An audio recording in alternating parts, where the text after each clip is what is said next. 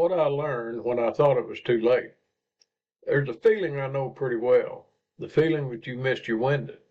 That the chance came and went while you were busy doing other things. That the people who figured this out did it younger, smarter, earlier than you, and the door for somebody like you just quietly closed. I lived with that feeling for a long time. I was wrong about it, and I want to tell you why. I tried to build an income online 8 or 9 times over 40 years. Different programs, different promises, same result. Spent money I didn't have, believed things I probably shouldn't have. Eventually, I stopped trying. I told myself I just wasn't the right kind of person for it. Too old, too behind on technology, too far outside the world these things were built for.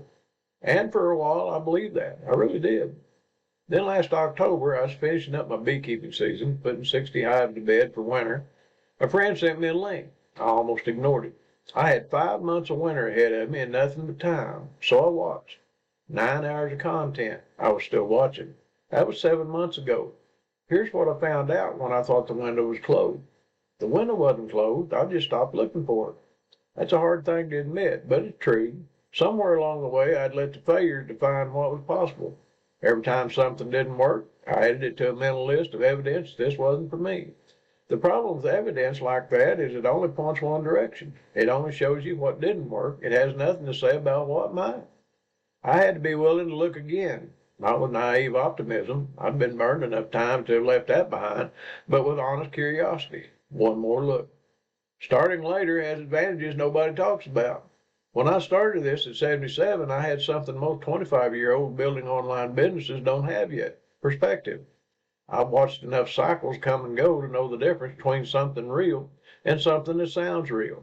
I've failed enough times to not be fooled by easy promises. I've been patient enough, out of necessity, to understand that nothing worthwhile grows overnight. Those aren't disadvantages, they're assets. The market's full of young people making noise. There aren't many 77-year-old pastors and beekeepers from Arkansas telling the truth about what's actually working. That gap's an advantage. You don't have to be everything. You just have to be you.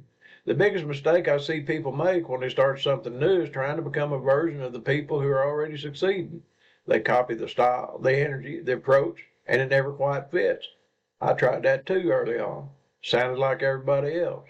Got results like everybody else, meaning not many. When I stopped trying to sound like a marketer and just started talking like a 77-year-old pastor who found something that worked, everything changed. The audience found me because I was different from everything else in their feed. You're already different from everyone else. That's not a problem to solve. That's the whole strategy. I've been a pastor for a long time, and one of the things I've watched over decades of ministry is how many people quietly give up on things God put in them. Not dramatically, just slowly.